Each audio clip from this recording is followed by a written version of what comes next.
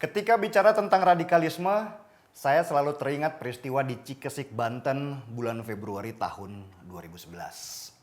Waktu itu ada beberapa penganut Ahmadiyah sedang berkumpul di sebuah rumah. Dan mendadak mereka didatangi oleh ratusan orang yang kemudian berteriak-teriak meminta mereka keluar sambil memaki, "Kafir, halal darahnya," berulang kali. Dari dalam rumah kemudian beberapa orang penganut Ahmadiyah diseret keluar dan 3 orang diantaranya dibunuh di tempat.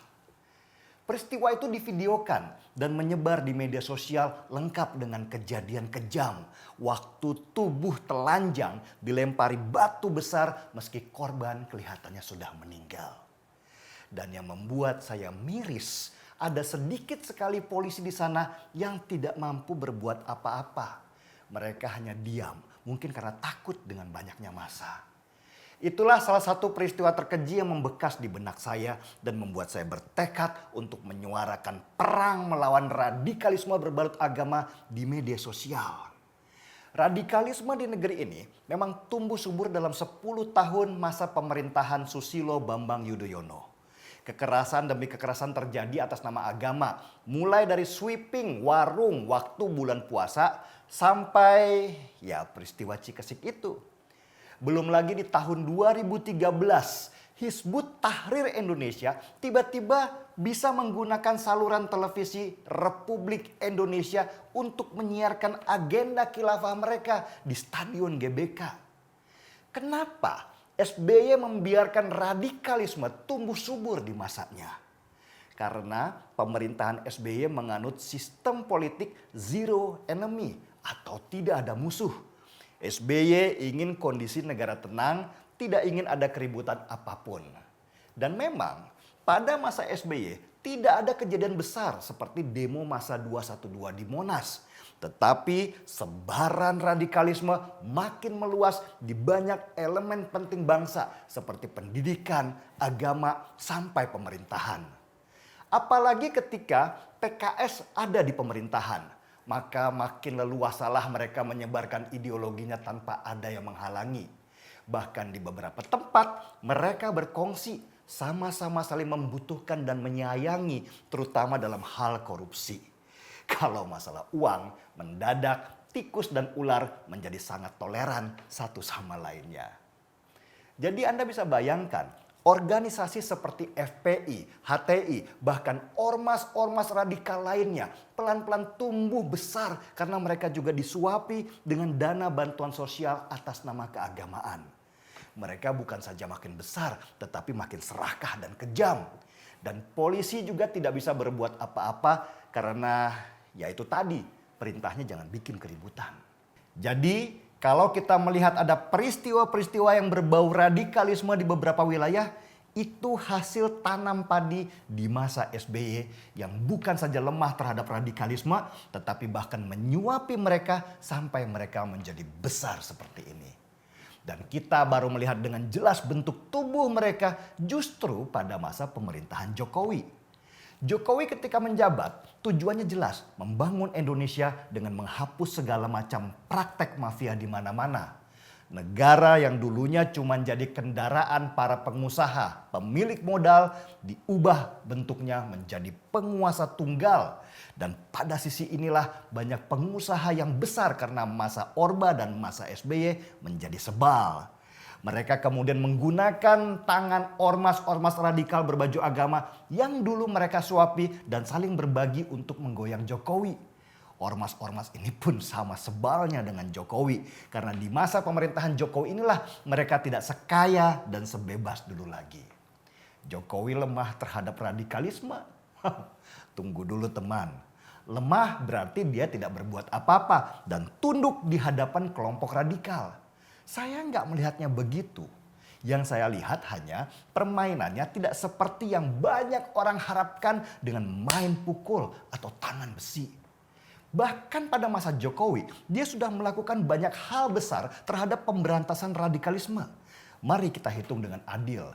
Mulai dari pembubaran organisasi HTI, menyingkirkan Rizik Syihab sang imam jumbo ke luar negeri, sampai mengangkat Tito Karnavian dari Densus 88 yang sangat menguasai terorisme menjadi Kapolri, dan mengganti rektor-rektor di universitas negeri dengan mereka yang disumpah untuk membela NKRI.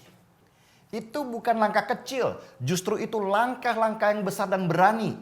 Kalau kita bandingkan Jokowi dengan SBY dalam penanganan radikalisme, itu seperti membandingkan bulu alis dengan bulu kaki. SBY did nothing, sedangkan Jokowi does everything. Memang belum sempurna karena radikalisme ini sudah besar dan berakar akibat pembiaran sejak lama. Jokowi juga melakukan langkah berani dengan memilih menteri agama yang dulu sering diberikan ke NU, dan kali ini dia kasih ke mantan militer dengan harapan penanganan radikalisme berbaju agama harus lebih revolusioner. Tapi kayaknya gagal dan tidak memenuhi ekspektasi. Sang menteri bahkan memuji-muji FPI, bukannya berhadapan head to head dengan mereka. Gak tahu kenapa. Ya, dalam sekian proyek pasti ada yang gagal. Gak semua berhasil sempurna. Tapi niatan Jokowi terlihat sejak awal dia memimpin, hanya caranya tidak main pukul begitu saja. Saya selalu mengibaratkan radikalisme di negeri ini seperti kanker stadium parah. Kita tidak bisa main potong anggota tubuh begitu saja karena bisa cacat Indonesia. Jokowi melakukan proses kemoterapi bertahap. Memang jadi pelan dan membosankan melihatnya. Tetapi cara Jokowi ini harus diakui ada hasilnya. Salah satu hasil dari cara Jokowi adalah pihak kepolisian sudah mulai berubah. Dari yang tadinya cuek, bahkan bersahabat dengan ormas-ormas agama itu, sekarang lebih tegas dan keras kepada mereka. Memang juga belum sempurna karena di beberapa daerah masih banyak kepala polisi yang masih lembek terhadap kelompok-kelompok itu. Jokowi juga harus menghadapi kenyataan adanya sistem otonomi daerah di Indonesia, di mana kepala daerah punya kekuasaan untuk mengatur wilayahnya sendiri. Dan banyak kepala daerah yang juga berkawan dengan kelompok-kelompok radikal itu demi suara setiap pilkada. Dari sini kita juga harus menilai dengan adil mana masalah daerah dan mana masalah nasional yang harus ditangani pusat. Jangan misalnya ada kejadian radikalisme di Solo yang disalahkan ya tetap Jokowi sebagai presiden. Salahkan dong wali kotanya yang belum bisa mengatur wilayahnya dengan benar. Itu baru namanya adil sejak dalam pikiran. Dan mau sebagus apapun pemimpinnya, masalah radikalisme dengan baju apapun di Indonesia tidak akan pernah tuntas. Selalu ada peristiwa-peristiwa kecil di beberapa daerah. Jangankan Indonesia yang baru merdeka 75 tahun. Amerika yang sudah berusia ratusan tahun saja masih ada peristiwa rasisme. Harus kita sadari bersama, melawan radikalisme tidak semudah membalikan telapak tangan. Meski begitu, kita berharap kanker radikalisme ke depan akan sembuh karena negeri ini sudah sibuk dengan ekonomi yang bagus, pendidikan yang bagus, dan kita lebih fokus pada kompetisi global daripada sibuk bertanya, agamamu apa? Kalaupun nanti masih ada sedikit-sedikit penyakit radikalisme, anggap saja itu penyakit kadas, kurap, dan panu yang mengganggu, tapi digosok mas sabun aja beberapa hari langsung hilang. Kalau ada gerakan-gerakan radikalisme dan usaha membangkitkan kembali ideologi khilafah, bagi saya itu cuma gerakan panik karena sarang besar mereka sudah diruntuhkan oleh Jokowi.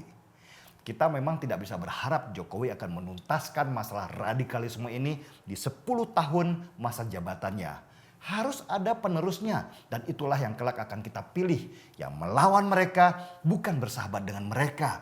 Yang berani berhadapan-hadapan dengan mereka bukan yang saling membutuhkan ketika ada kepentingan. Bapak Ibu yang tidak setuju dengan Pancasila, Undang-Undang Dasar 45 dan NKRI boleh mengundurkan diri dari kepala sekolah atau boleh angkat tangan hari ini. Silakan. Ada? Enggak apa-apa. Berarti sepakat semua ya? Setuju semua ya? Oke, ini saya sampaikan. Jadi kalau nanti saya nemu yang begitu, kalau saya nyopot panjenengan bukan karena apa-apa. Kalau saya temukan itu. Mari mari kita bongkar semua. Seruput kopinya.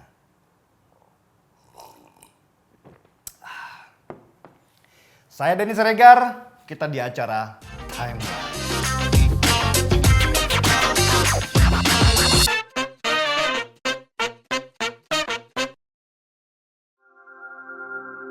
Tidak akan ada manis bila tak ada pahit. Manis bisa sangat membosankan bila kita tidak disuguhkan rasa yang lain. Begitu pula hidup. Kadang kita perlu menikmati kepahitan hidup. Hidup yang pahit biasa buat saya. Tinggal bagaimana menjadikannya inspirasi untuk terus melangkah maju. Di bumi Parayangan, saya belajar bahwa keramahan dan senyum yang merekah selalu bisa menyelamatkan kita dari pahitnya sebuah perjalanan. Di sini, di tanah Sunda, telah lama tumbuh komoditas yang dikenal dengan rasa pahitnya. Disinilah saya bisa merasakan nikmatnya rasa pahit. Dan ternyata dari rasa pahit yang tumbuh di tanah ini bisa memberi manisnya kehidupan. Di bumi Parayangan, tak cuma rasa, saya juga mendapat banyak kenangan.